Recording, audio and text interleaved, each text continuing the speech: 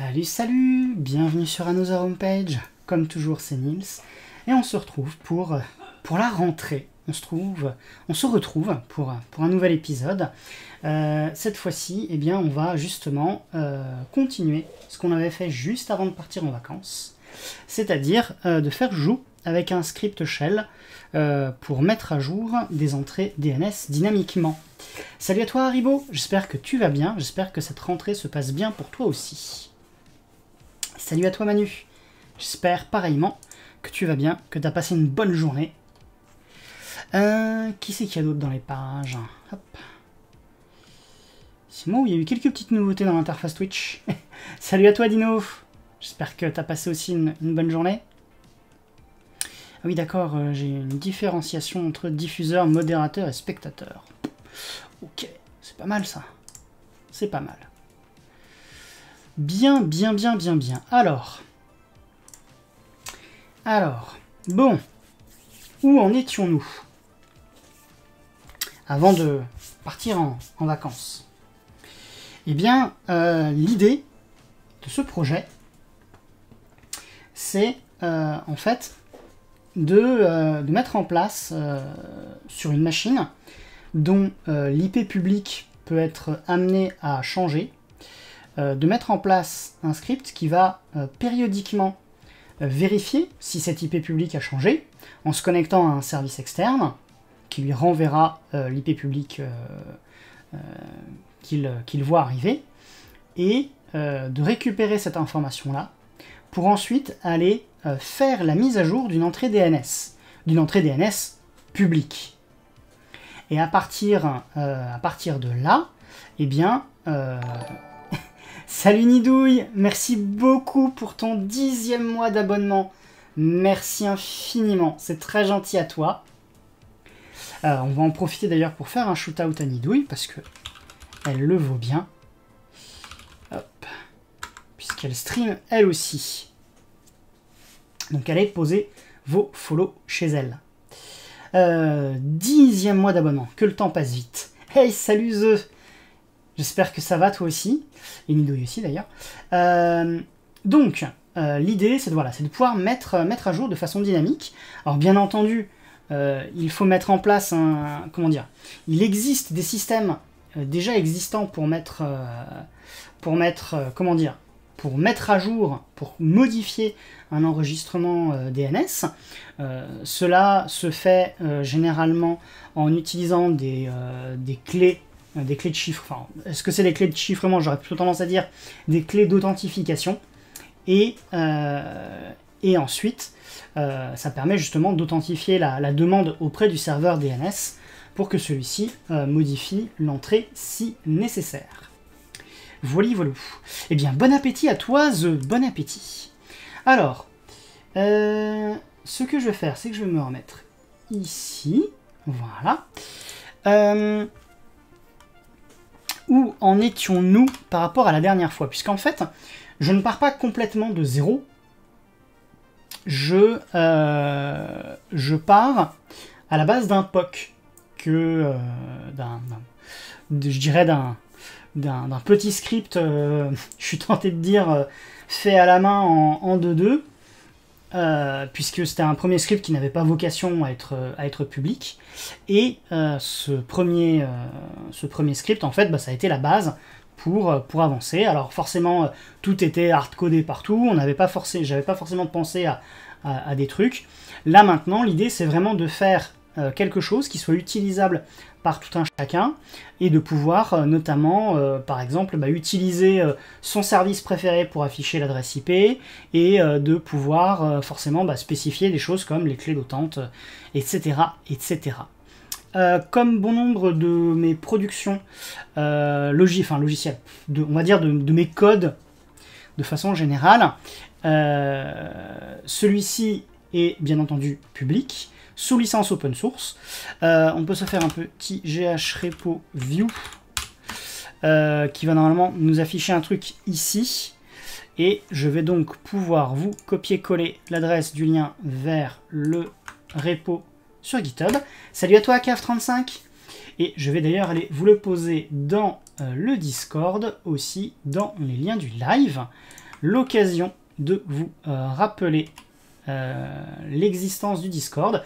Vous avez l'adresse ici, et normalement vous pouvez faire !socials qui va vous renvoyer vers ma page perso, sur laquelle vous retrouverez l'adresse vers le Discord, mais aussi l'adresse de tous mes réseaux sociaux, avec l'ajout dernièrement de Blue Sky. AHP Nils sans underscore sur Blue Sky, puisque les gens de Blue Sky n'ont pas voulu qu'on puisse mettre un underscore.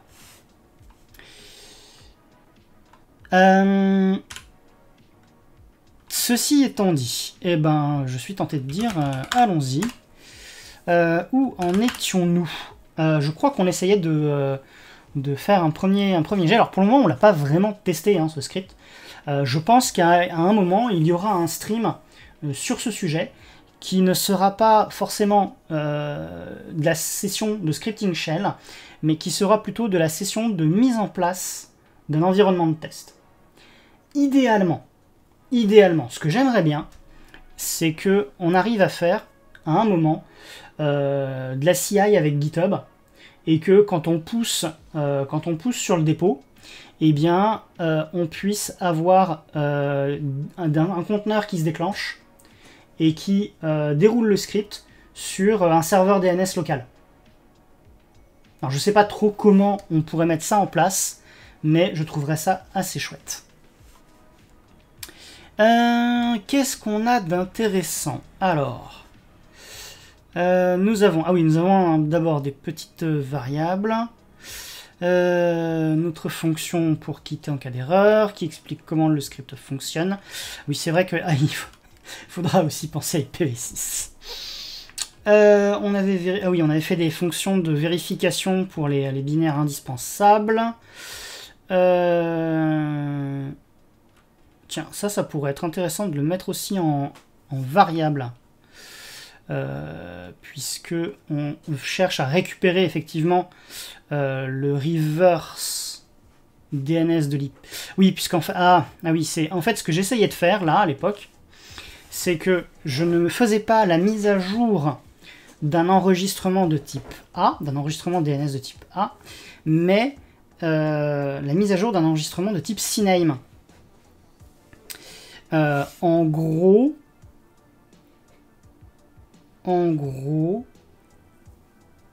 ce que je faisais, c'est qu'une fois que j'avais récupéré l'adresse IP qui m'intéressait, je vérifiais son reverse DNS et j'utilisais ce reverse DNS comme cible pour un environnement, pour un enregistrement CNAME qui est entre guillemets une sorte d'alias. En gros, il existe plusieurs types d'enregistrement DNS. Alors sans vous faire un cours DNS complet, mais je dirais les deux qu'on va utiliser, je pense, les plus souvent, voire même trois. Le premier, c'est l'enregistrement A, de type A, qui va permettre d'associer un nom DNS à une adresse IP V4. Pour une adresse IPv6, le type d'enregistrement s'appelle AAAA. Alors, je ne sais pas si on peut dire 4A ou quadruple A. À ne pas confondre avec les 5A d'autre chose. Et ensuite, on a le CNAME qui, en fait, renvoie d'un nom vers un autre nom, qui n'est d'ailleurs pas forcément dans le même domaine. Un exemple, c'est que si je prends... est-ce que ça marche? Bah justement, si je prends Hauteur Télécom, tiens, si je fais un host de hauteurtelecom.com, mais je suis pas sûr que ça marche sur celui-là. Non. Si je fais le 3W, à mon avis, c'est un alias vers... c'est un CNAME vers hauteurtelecom.com. Ok, donc j'ai pas fait un CNAME vers Another Homepage. Ok, donc j'ai pas d'exemple à vous proposer pour ça. Donc, anecdote IPv6 de la part de The. Demande d'IPv6 chez un opérateur pour livraison dans ton data center. Devis un /56 pour du pro en data center et il commence par fournir une IP /56 directement en subnet /56 direct.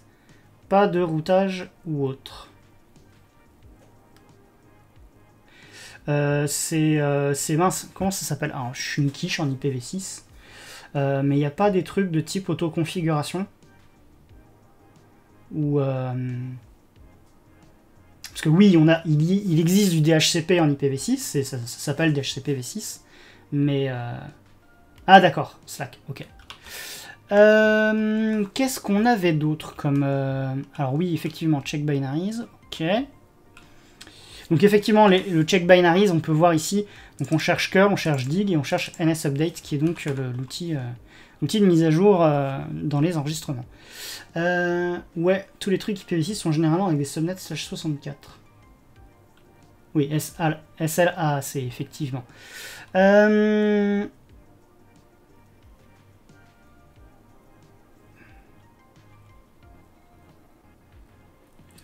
Ok, si tu le dises, pour le coup, je te fais confiance, tu es bien plus calé que moi en IPv6.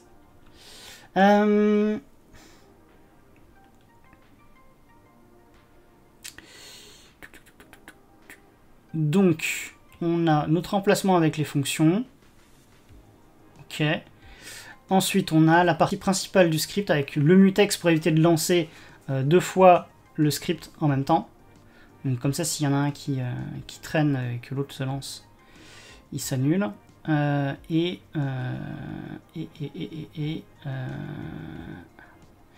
donc, on a, je crois qu'on a ça à revoir en fait. On a ça à revoir. Alors,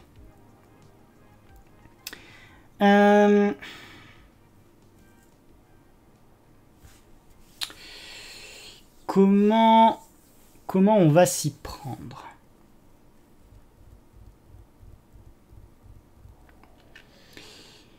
Comment est-ce qu'on peut gérer les choses? Sachant que, donc comme je vous ai dit, il existe plusieurs types d'enregistrement DNS. Est-ce qu'on va vouloir juste gérer du A ou du quadruple A? Ou est-ce qu'on va vouloir gérer aussi les CNAME? Ou alors est-ce qu'on se contente de gérer les CNAME et a priori ça suffira, peu importe qu'on ait de l'IPv4 ou de l'IPv6.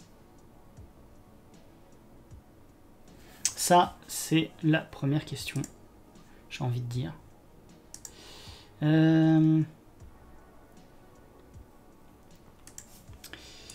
Parce que là, aujourd'hui, si on le lance, on a la fonction. Donc on fait un check binaries, ensuite on lance le main. Donc le check binaries, lui... Oh mais attendez, on n'a même pas... Ah oui, c'est vrai que on n'a même pas forcément... Enfin, on n'a pas forcément géré toutes les specs. Et de fait, on a... il nous manque la partie qui va nous permettre de sélectionner les options. Puisqu'on a une fonction usage qui, de fait, aujourd'hui, n'est pas appelée. Donc, est-ce qu'on commencerait pas à faire la partie autour, c'est-à-dire à mettre justement le getopt et sachant que je vais très certainement aller recopier assez basiquement celui d'un autre de mes scripts qui s'appelle runlab.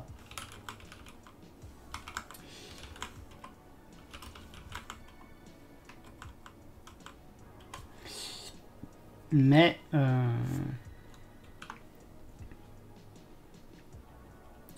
ça pourrait être une idée. Comme ça, au moins, on pourrait... je pense qu'on va faire ça. On va commencer à d'abord faire les...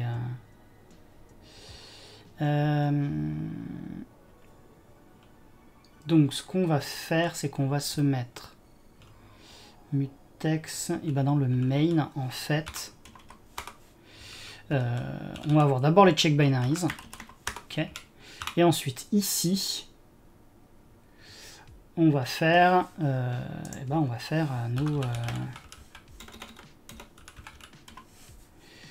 nos trucs du genre, déjà on va vérifier la présence du fichier de conf. Hop, -r. Comment on l'a appelé la variable du fichier de conf? On l'a appelé confile. Donc ça,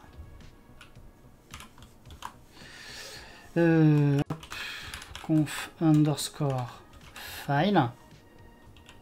Hop. Donc on va sourcer forcément notre fichier de conf, s'il est lisible. Sinon, eh ben, bon, on va balancer un message d'erreur. Hop, et le die, il dit juste...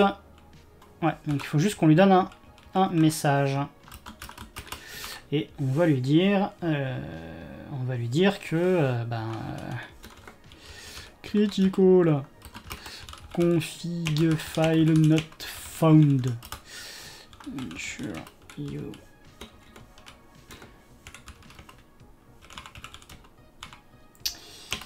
$conf-file, on va dire.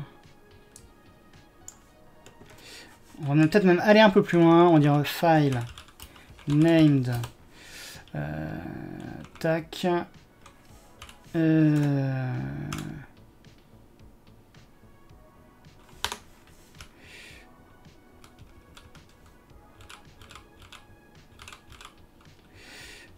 on va dire is exist and is readable. Voilà, comme ça au moins. Donc ça c'est déjà pas mal. Et ensuite, eh ben, on va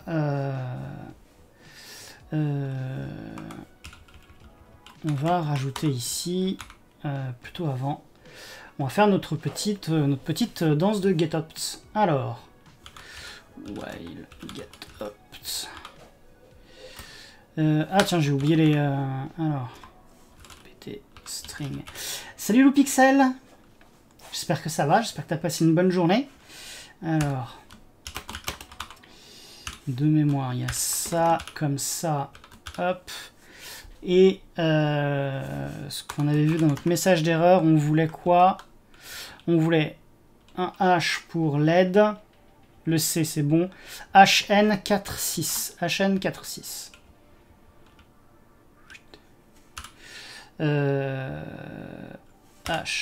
HN46. Voilà. Oui, ma journée fut bonne, merci, c'est gentil. Hop, donc getOpt de, bah forcément, $, hop, opt string, voilà, hop, arg, on va dire, do, et ben on va faire un done tout de suite, et ensuite on va mettre notre case sur notre $arg, hop.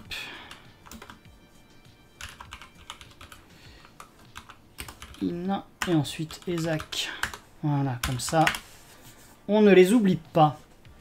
Donc, eh ben, on va commencer avec notre C, puisque hein, c'est celui-là. Et on va faire un echo,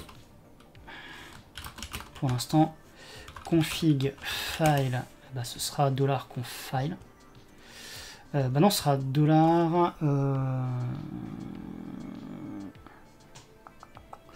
Ah oui, c'est vrai qu'on a la variable opt-arg, donc on va utiliser celle-là. Allez hop, opt-arg. Puisqu'on va spécifier en fait le fichier de conf. Par contre, de fait, oui, opt-arg comme ça. Et en fait, ce qu'on fait, c'est comme on spécifie le fichier de conf, finalement, on vient remplir la valeur de notre conf-file, qui vaut de fait opt-arg. Tac. Ensuite, on a dit qu'on avait H qui est LED. Donc lui, il va juste lancer la fonction usage. Et puis, c'est tout. Ensuite, on a un N qui est censé faire quoi? Dry run, c'est ça le N? Dry run, ok. Donc il va falloir qu'on ait... Est-ce qu'on a prévu une variable ou un truc?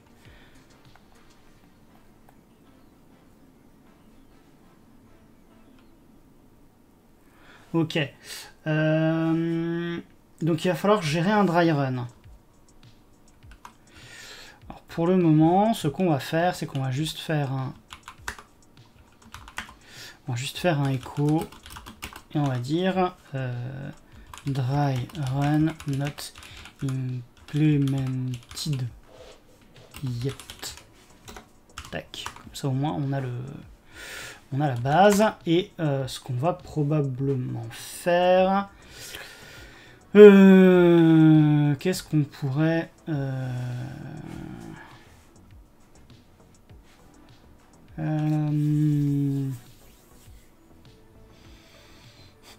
Non, je pense qu'on va pas aller plus loin sur ça. Par contre, on a d'autres choses à rajouter. Alors que je rajoute depuis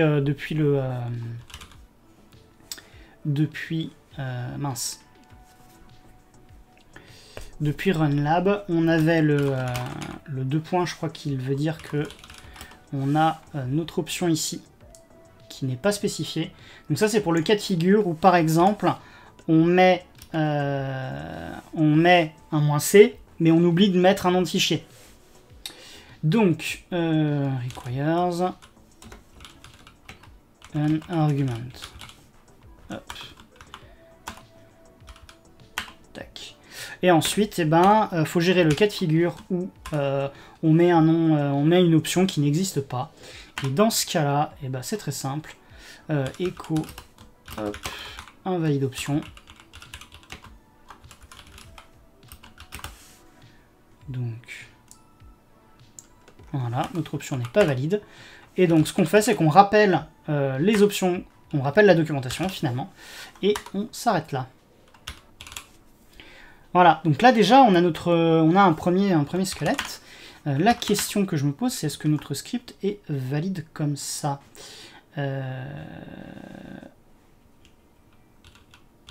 Sachant qu'ensuite, alors la fonction main, on va peut-être pas l'appeler. On va juste on va la mettre en commentaire pour l'instant. Et puis on va aller ici et on va aller dans, hop là, hop, et on était sur DNS Update Bot, le nom que vous aviez choisi pour ce projet. DNSUpdateBot.sh. Donc si je fais ça déjà, il me dit config file not found. Donc ça déjà, ok. On va pas s'embêter. Sudo touch paf. Ça. Echo. Ce qu'on va peut-être faire ici, c'est qu'on va faire un petit echo. Main part of the script should be here. Tac. Voilà. Donc là, si je reviens, tac, parfait. Ça, c'est bon. Ensuite, si je fais -y, donc il me dit bien que l'option est invalide. Ça, c'est cool. Ah tiens, j'ai pas implémenté -4 et -6. Enfin, j'ai pas mis dans le case. Donc on va pouvoir le faire après. Si je fais un -h, normalement j'ai bien l'aide. Et il me redit ensuite main part of the script should be here. Ok. Ce qui veut dire que j'ai peut-être... Ouais, non, si, c'est ça. Non, attends. -h. Pourquoi il me fait pas un... Est-ce que la fonction... Ah oui, mais attends, la fonction usage, elle n'existe pas. Est-ce qu'on a une raison pour laquelle on ne la fait pas exiter? Parce que moi, de fait, je suis tenté de vouloir la faire exiter. Die already running. Ça, c'est un die, donc ça exite. Ok, allez, on va faire exit. Hop. Et on va faire exit 1 d'ailleurs.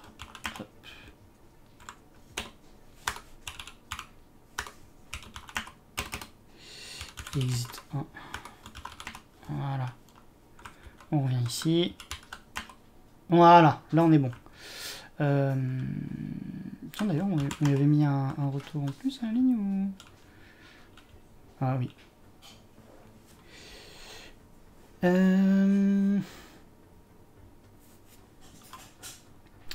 Ensuite, donc ça, on a testé, -c. On a fait le...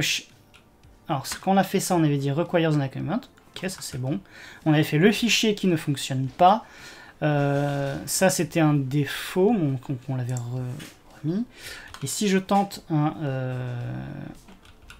tiens, j'ai un license. Si je fais -c license, config, BSD, commande not found. Oui, forcément, il le source, donc forcément, il chouine. Et si je fais readme, pareil. Et si je fais // ça marche. Ok. Donc ça, c'est plutôt bon signe, en fait. C'est plutôt bon signe. Maintenant qu'on a... On a ces premiers trucs, il nous faut rajouter... Donc le dry run, on l'a pas implémenté. Et il nous faut 4 et 6. Hop. Echo,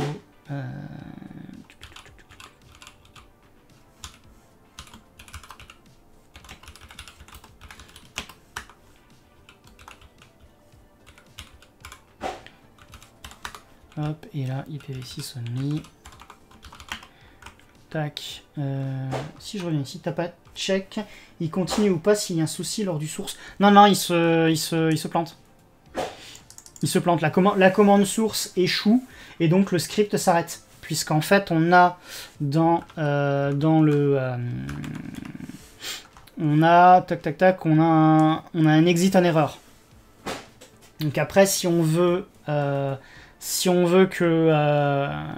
le script ne s'arrête pas, faudrait qu'on gère l'erreur autrement.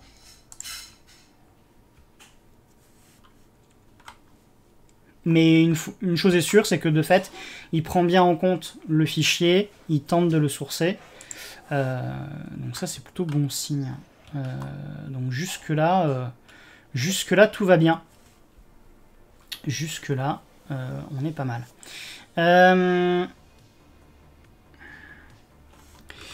Alors les options -4 et -6 forcément vont être, je pense, exclusives. -c / devnul. Ah, tiens, on va le tester. Devnul. Là, ça fonctionne. Ça fonctionne. Ah, bien vu, j'y pensais pas forcément. J'y pensais pas forcément. Tiens, d'ailleurs, dans les trucs auxquels je ne pense pas forcément... Salut à toi, The Vengeur, j'espère que ça va bien. Dans les trucs que auxquels je pensais pas forcément aujourd'hui, alors je vous expliquerai pas forcément pour quelle raison, mais à un moment, je me suis retrouvé avec une problématique de fichier un peu trop gros. Et s'agissant d'un fichier au format déjà compressé, j'étais un peu embêté parce que je pouvais pas vraiment le compresser plus. Et là, on m'a dit, mais sinon, bah, on le split. Et là, vous savez, c'était un peu comme Obi-Wan Kenobi dans le premier Star Wars, qui est en mode Obi-Wan. C'est un nom qui me semble sortir d'outre-tombe. Et là, j'étais en mode, mais split, oh, mais j'avais complètement oublié l'existence de cette commande. Alors, pour celles et ceux qui se posent la question, ben, split, en fait, c'est une commande Unix qui permet de diviser un fichier en plusieurs morceaux. Donc c'est assez amusant. On peut découper notre fichier en plusieurs... alors, l'ordre de taille trop gros. Alors, je dois pouvoir dire ça sans trahir de secret. En gros, j'avais besoin de committer un gros fichier dans un repo Git, et pour des raisons, ce repo Git commence à chouiner quand tu y poses des fichiers de plus de 50 mégas, et refuse, je crois, que tu commites des fichiers de plus de 100 ou 150 mégas. Et j'avais un fichier qui était à 170. Et en gros, par rapport au code que je faisais, bah, j'ai splitté le fichier, et dans le code, j'ai géré le fait de récupérer plusieurs fichiers et de faire une concaténation de cela en utilisant la commande cat. Et Manu qui nous dit, je crois que c'est la première commande Unix que j'ai appris. Pas mal. J'ai eu la même révélation cette semaine pour un script Python. J'irai pas dans le détail, mais le lead m'a dit exécute-le dans l'autre dossier. Les fiches, toi, oui. Oui, effectivement, c'est des fichiers binaires. Mais voilà, je vais pas rentrer dans les détails de pourquoi je committais ces fichiers. Mais c'était... Note que Split est un truc GNU et que tu ne l'as pas forcément sur tous les OS. Ah oui, tiens, c'est amusant ça. Bah écoute Nidouille, bonne reprise à toi. J'espère qu'on passera te faire un coucou tout à l'heure. Oui, Git large file, Git LFS, j'en ai entendu parler, mais du coup on l'a splitté dans des fichiers plus petits, et comme le fichier n'a pas vocation à être mis à jour tous les 4 matins, c'est bon. Mansplit, et si on regarde en bas, effectivement, GNU Core Utils. Bien vu Manu. Written bar, ok. Ok. Alors là, du coup, je suis en train de me dire, mais... Oui, effectivement, le fameux RP, oui, effectivement. RPM-QI, hop. Attends, je vais copier-coller, ouais. Hop, plutôt que de... Parce que j'ai tendance à lire le chat dans mon retour vidéo. Hop. Tac, et effectivement, dans le package Core Utils. Alors la question que je me pose, c'est... Alors oui, c'est un truc GNU, mais est-ce qu'il y a eu des implémentations autres? Parce qu'après, bien entendu, les Core Utils sont disponibles sur d'autres systèmes. Par exemple, je crois que sous macOS, avec Homebrew, vous pouvez installer les Core Utils. Ah.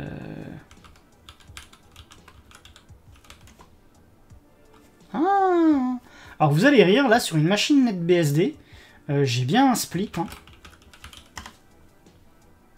J'ai bien un split. History, une commande split est apparue dans la version 6 d'AT&T Unix. Mais effectivement, comment je peux faire ça? On va faire ça comme ça. Hop.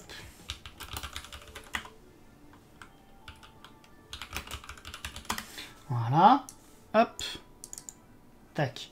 Donc là, je suis sur un système NetBSD. Et on a donc une commande split. Et en fait, ce qui est assez marrant, c'est que si on regarde les différences au niveau de la man page, vous pouvez voir que là, par exemple, on n'a pas énormément d'options. Et là, on a des trucs un petit peu plus, comment dire... Vous voyez, il y a des trucs du genre additionnel suffixe. Est-ce que le byte, il y a? Le byte, il y est. Moins grand C. Le moins grand C n'y est pas. Le moins D pour les... Ah, tiens, ça c'est intéressant.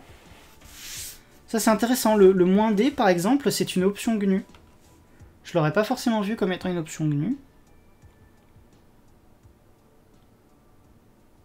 Ah, parce que en fait... Moins A, use suffix... Ah, suffix letter.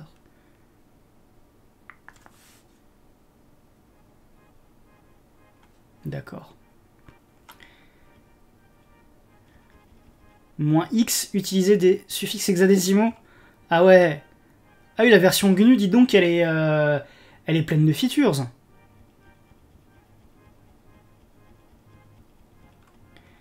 Et avec les tailles de chunks. Mais là, il dit quoi?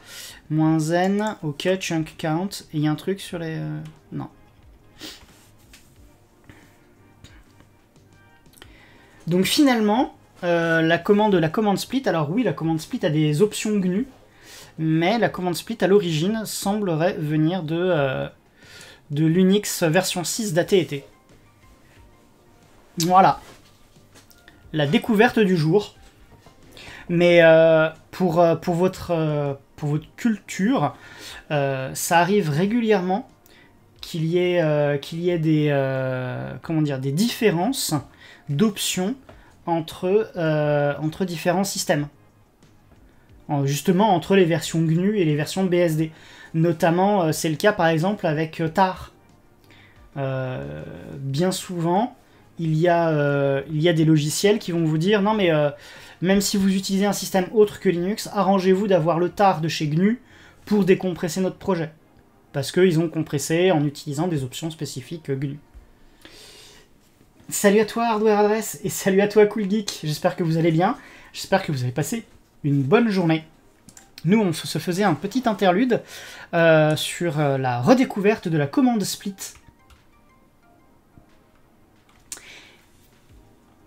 Il n'y a pas sed find aussi.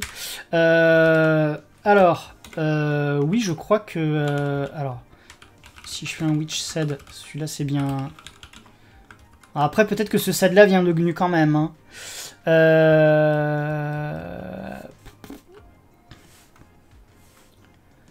Non, a priori, celui-là, il vient pas de chez GNU.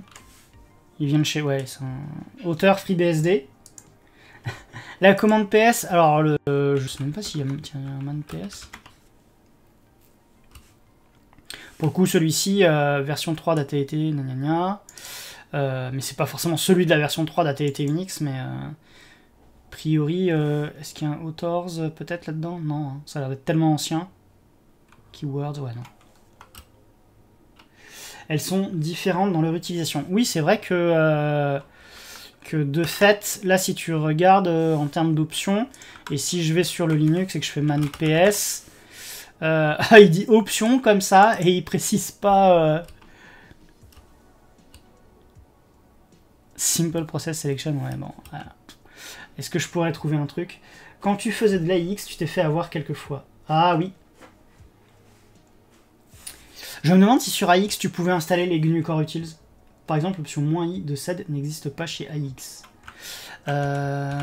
Est-ce que c'est un... Je crois que ça me dit un truc. Ça me dit un truc, je me demande si je me suis pas déjà retrouvé avec cette blague-là aussi. Je crois que le -i est une option GNU, effectivement.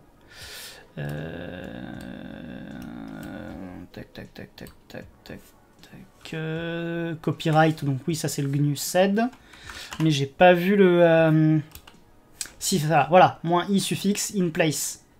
Et si je vais sur ma machine NetBSD et que je fais un man sed, on ne trouvera... Ah si, tiens, il a été rajouté celui-là. Ou alors j'ai le sed de chez GNU. Non, c'est le sed de chez BSD. Mais il a le -i.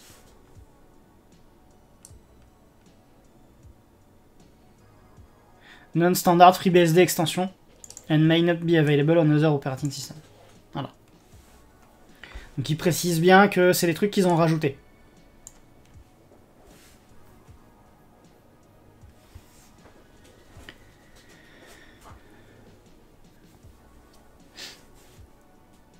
Après...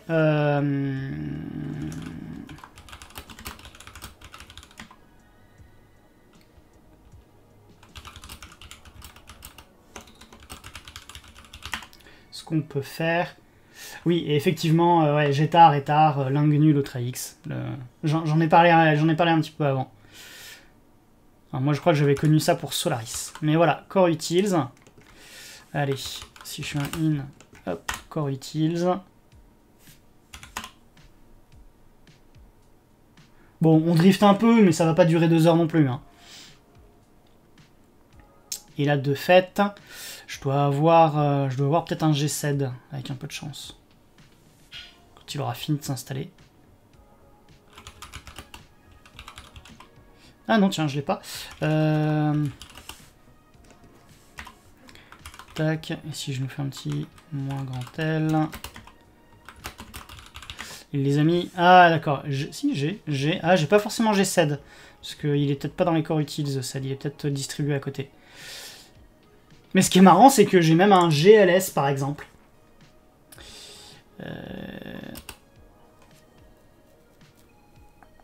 G-Slip. Ah, USRPKG, GNU bin, ok. Donc là, forcément, il y a tous les trucs avec les noms d'origine. Et donc je n'ai pas sed là-dedans. PKGin SE sed. Est-ce que j'ai un package? Oula. Hop. Tac, tac, tac, tac, tac, tac. F, F, G, G, G. Est-ce que non, il s'appelle pas GNU-sed ou GSED. GTK, GSED, voilà. GNU implémentation de sed. Est-ce que tu as eu un GPS?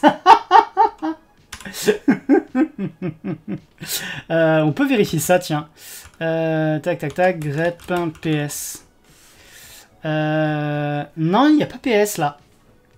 Je n'ai pas PS dans les... C'est bizarre cette affaire. Si je reviens ici et que je fais un petit... tac, tac. Which PS? Bin PS. Hop. Voilà, bin PS. Ah, ça vient du package proc PSNG.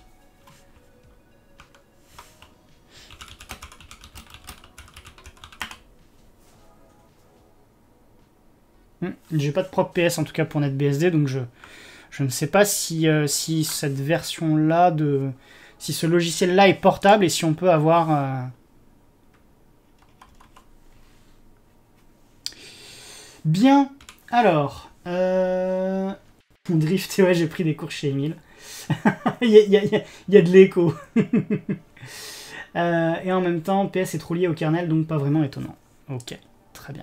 Bon, où en étions-nous? Donc là, j'ai mon script. J'ai mon script. Ce que je vais vouloir faire, je pense que ce que je vais faire, c'est que je vais rajouter un fichier à côté. Alors, comment on l'appelait l'autre là? Ok. On va faire DNS update bot rc.example. Tac. Comment j'avais fait pour le run la BRC?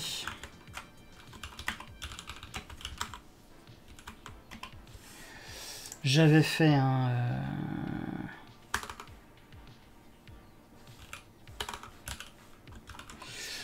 je m'étais trompé.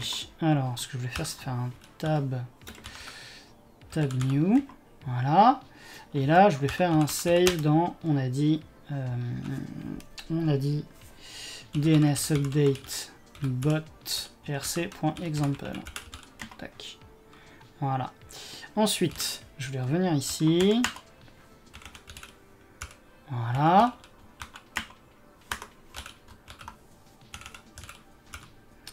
Tac. Et comme je me suis trompé... non.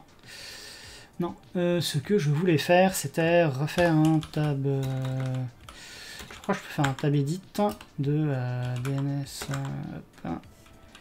Celui-là. Et il se rouvre avec la coloration syntaxique. Ok, cool.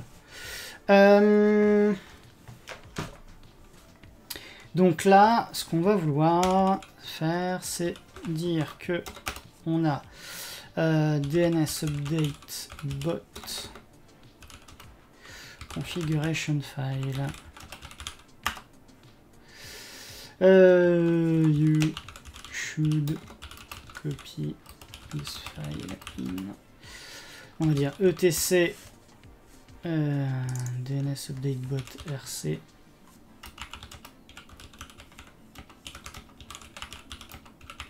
Values. Hop.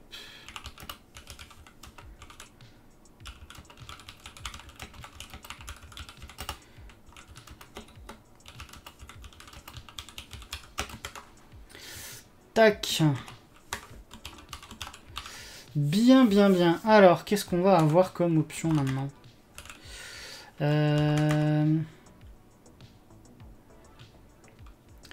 Il va nous falloir le service d'affichage d'IP. Le service d'affichage d'IP, on va dire IP service. IP service URL. Alors de fait, moi pour le moment, ça va être Ah non, tiens, je l'avais donné. IP check service. En plus. Hop. Telecom.com. Je crois que j'avais mis des valeurs par défaut pour RunLab, pour les...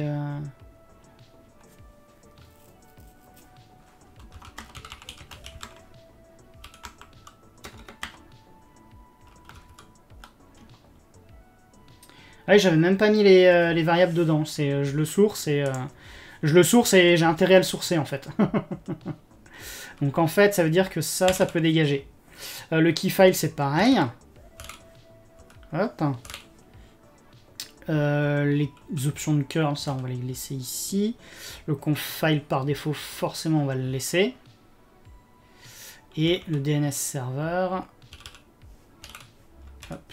Ceci étant, ce que je suis en train de me dire, c'est qu'on voudra peut-être en laisser certaines par défaut.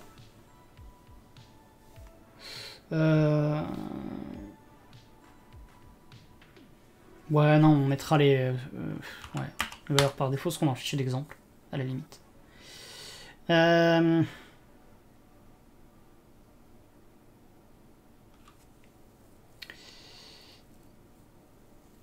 Qu'est-ce qu'on aura d'autre? On aura... Limite, en fait, c'est même pas le key file. D'ailleurs, ce serait key underscore file. Je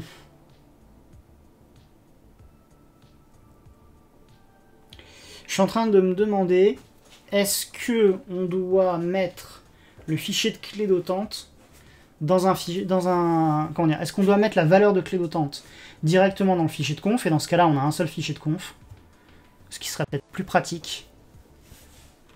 Ce sera peut-être plus pratique, je pense.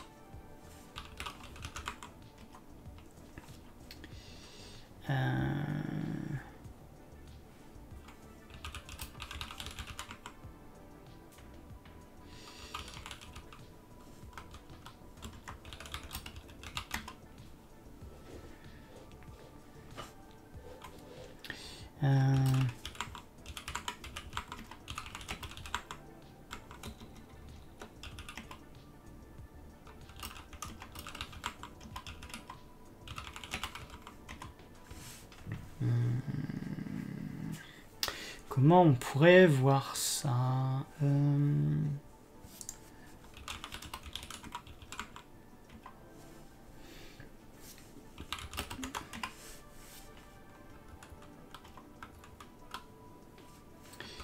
Pour aider les gens à débug, plus pratique d'avoir un fichier de conf qui pourrait être public, donc éviter d'avoir les creds avec. Effectivement. Effectivement.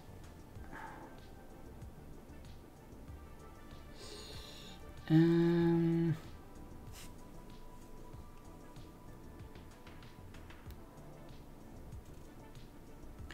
que je suis en train de me demander, c'est ou à quel moment je l'appelais ce fichier de clé.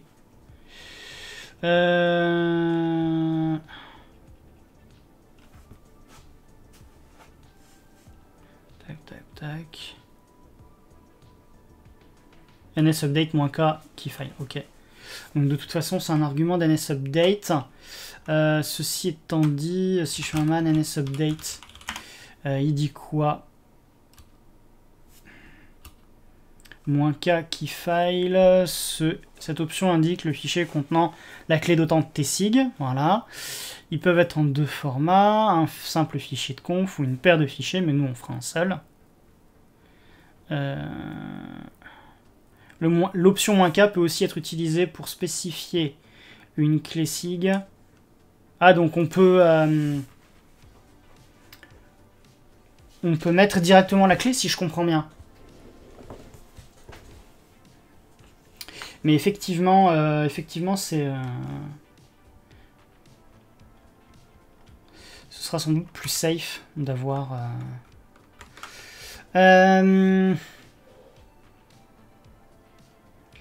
Une fois qu'on a ça...